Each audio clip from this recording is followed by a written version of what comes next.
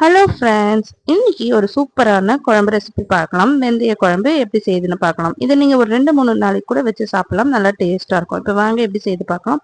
Pan வச்சுட்டு 1 table spoon வெந்தயம், 1 table spoon அரிசி, 1 டேபிள் ஸ்பூன் ஜீரகம், இது மூணையும் சேர்த்துட்டு நல்லா பொன்னிறமாக வறுத்துட்டு இது நல்லா மிக்சியில் போட்டு பொடி பண்ணி வச்சுக்கோங்க.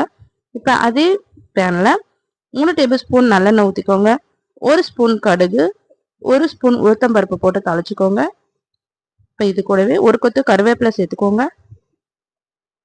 2 மீடியம் சைஸ் வெங்காயம் பொடியை அரிஞ்சு சேர்த்துக்கோங்க. ஒரு 10 பல் பூண்டு சேர்த்துக்கோங்க. இது எல்லாத்தையும் சேர்த்துட்டு நல்லா வதக்கிட்டு ஒரு 2 மீடியம் சைஸ் தக்காளி பொடியை அரிஞ்சு சேர்த்துக்கோங்க. இந்த தக்காளி வெங்காயம் நல்லா வதங்கின அப்புறமா 1 டேபிள் ஸ்பூன் தனி மிளகாத்தூள், 2 டேபிள் ஸ்பூன் நம்ம வீட்டில் இருக்கிற குழம்பு மிளகாத்தூள், ஒரு 1/2 டேபிள் ஸ்பூன் மஞ்சத்தூள், இதுக்கு தேவையான உப்பு சேர்த்துட்டு நல்லா வதக்கிக்கோங்க. பச்சை வாசனை போகிற அளவுக்கு நல்லா வதக்கிட்டு ஒரு லெமன் சைஸ் புளி கரைச்சி ஊற்றிக்கோங்க. குழம்பு நல்லா கொதிக்க ஆரம்பிச்சப்புறமா நம்ம ரெடி பண்ணி வச்சிருக்க வெந்தய பவுடரை இதில் சேர்த்துடலாம். சேர்த்துட்டு லாஸ்ட்டாக ஒரு சின்ன துண்டு வெல்லம் சேர்த்து இறக்கணும்னா நல்லா டேஸ்டான வெந்தய குழம்பு ரெடி ஆகிடும். இது நீங்கள் சாப்பாடு, இட்லி, தோசை எதுக்கு வேணாலும் வச்சு சாப்பிடலாம். செம்ம டேஸ்ட்டாக இருக்கும். கண்டிப்பாக ட்ரை பண்ணி பாருங்கள்.